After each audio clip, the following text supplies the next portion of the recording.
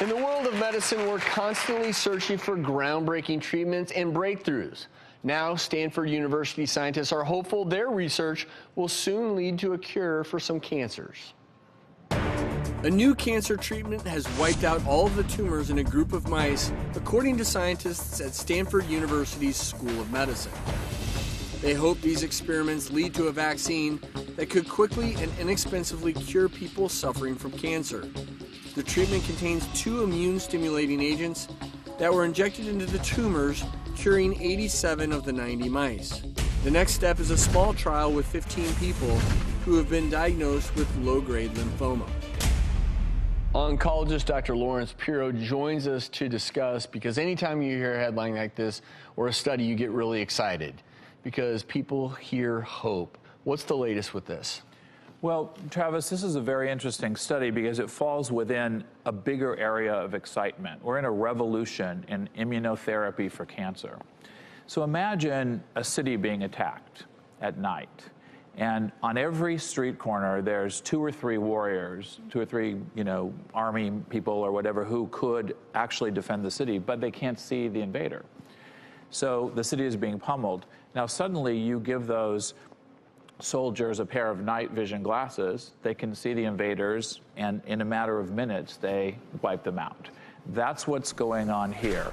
In all of our tumors, we have T cells that are our body's own immune warriors that are sitting resident in the cancer. They're sitting actually in the tumor, but they can't tell that the tumor is supposed to be killed.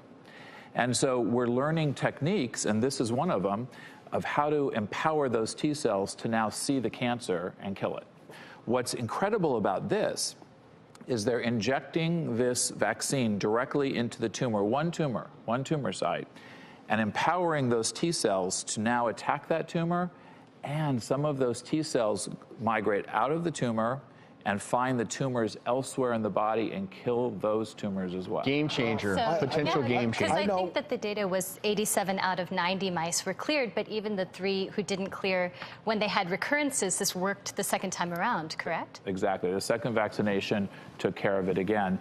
And what's truly interesting about that is that the other immunotherapies that we have now, it's a very dangerous thing if you think about it, turning on the immune system, because your immune system is doing a lot of things. It's fighting bacteria, it's surveying your body to make sure everything's right. And there's lots of diseases that come from the immune system going awry, right? Rheumatoid arthritis, lupus, ulcerative colitis, all that. Well, one of the problems if you turn the immune system on generally, then you may get the immune system attacking your own body. And that happens with some of the treatments we have now, the treatments that we call PD-1 treatments or PD-L1 treatments, whereas here we're selectively injecting the tumor.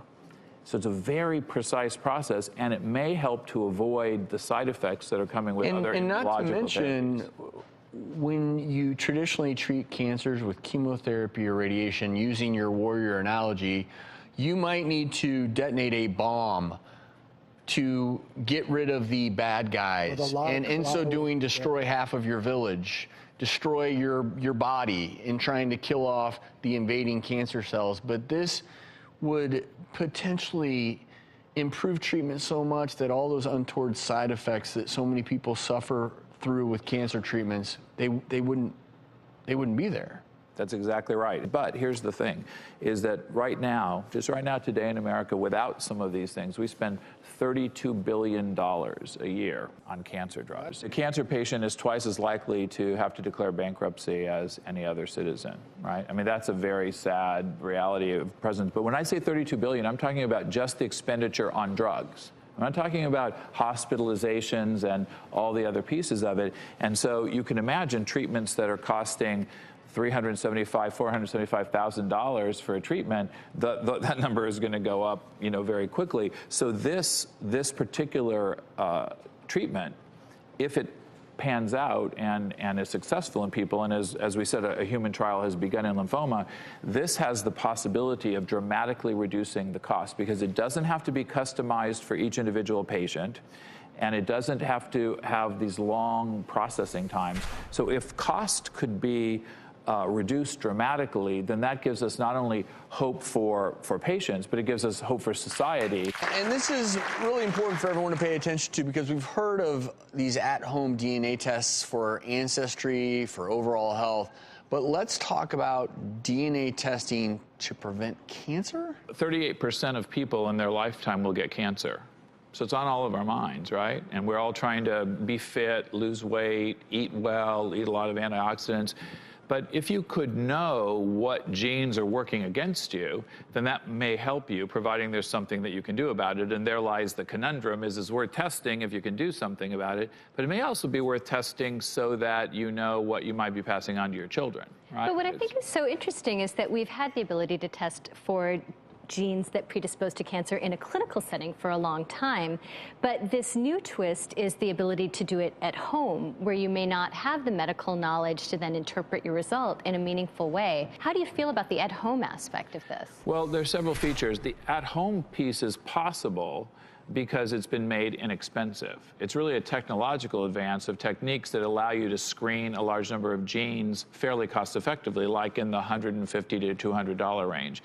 Prior to that, it may have cost thousands of dollars to screen these genes.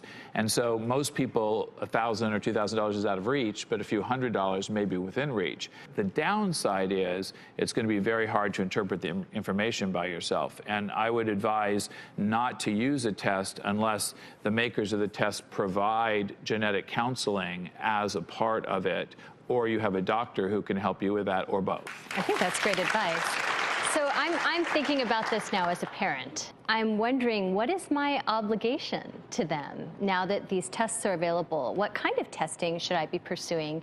And then how do I counsel them as to what to expect? This is really one of the trickiest things in contemporary medicine, because it doesn't just involve science and medicine. It involves philosophy, religion, and most important, your psychological structure. God knows we're living in a time period where a lot of people are neurotic, and there's a lot of things to be neurotic about, right? And so you really have to balance who you are as a person.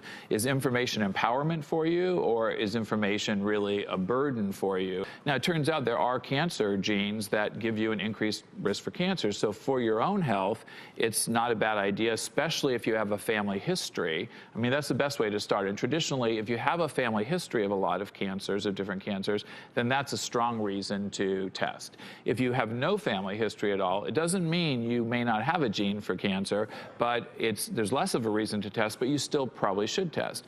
In terms of the children, in general, I think it's nice to know what you're passing on, but especially important in that category would be those genes that give rise to cancers in the childhood years. And there are mainly two of those. One is a mutation in something called P53, that gene, which causes a syndrome called Leigh-Fermani, where it's associated with a lot of different cancers and a very, very high risk of cancer.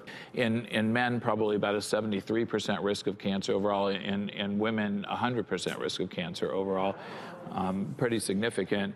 And then the other one, which is familial adenomatous polyposis, a gene defect which causes you to have lots of polyps in your colon, like sometimes thousands, and a pretty much 100% chance in your lifetime that you will get colon cancer. And in that case, we remove the colon in advance at a certain time period in their history. So those two are kind of important because those are things that occur in the childhood years. Most of the rest of the things are going to manifest after 18 or 19 or 20, in which the child could be tested themselves, depending on the situation.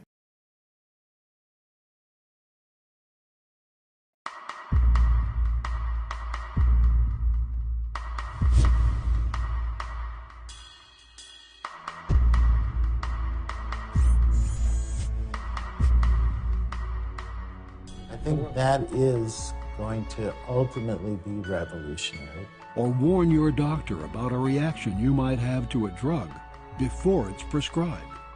The opportunities here are simply enormous. We're closer than you think. This stuff's here. Your genome and the future of medicine, tailored to fit you. But there's another side to personalized medicine that's equally important, and that's controlling adverse drug reactions. Right now in this country, more than 125,000 people die each year in America's hospitals from adverse drug events. It's the 5th leading cause of death in America's hospitals. The DNA is the master molecule that tells the body how to work. It's the set of master instructions. In the instruction set, there's these 4 letters, and it turns out for each one of us, there are about 3 billion of those, and they're strung together end to end. It turns out that 99% of the building blocks are all the same.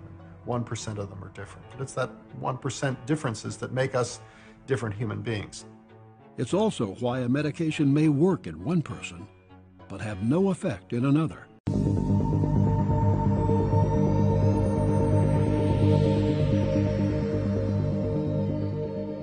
We have drugs for breast cancer, and yet 40,000 women die of breast cancer every year in the United States, and an equal number of men die of prostate cancer. If we go back to what I call the Neolithic era, when I was starting to do this kind of research, and we see the changes that have already occurred, it is mind-boggling. The way we've been used to doing things, seemingly forever, but at least for the past 50 years, is going to change, and it's going to change very rapidly. We realized early on that this was a really important opportunity for Mayo to be able to offer to its patients. The ability to reduce side effects, to choose the right drug and deliver it at the right time. Dr. Wischenbaum is probably the person that is most responsible for starting this field in the entire world. He is the founding father of pharmacogenomics, that particular area which we look at the genetic and the genetic contribution to drug response. Respond to the drugs that doctors prescribe for you.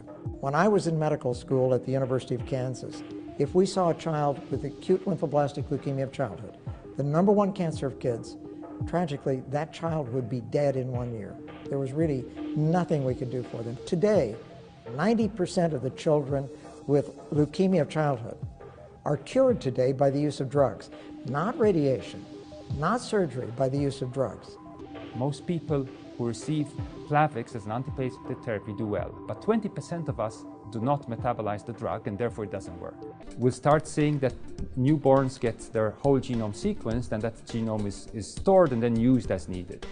We'll know the genotypes that is the DNA sequence variations for all of the genes that encode proteins that either metabolize drugs, transport drugs, or are targets for drugs, so that if a doctor writes a prescription for codeine in the future, which codeine is still a fine drug for some people, then immediately the electronic medical record will recognize that this patient we already know in the electronic medical record that this patient has multiple copies of CYP2D6, the gene that makes codeine into morphine, and will send an alert to the physician, your patient might be at risk. Do you want to use this drug? Do you want to select an alternative drug, or do you want to change the dose of the drug? It's going to be amazing, but it's going to be disruptive. And wonderfully so, because we need to prevent disease, not treat it.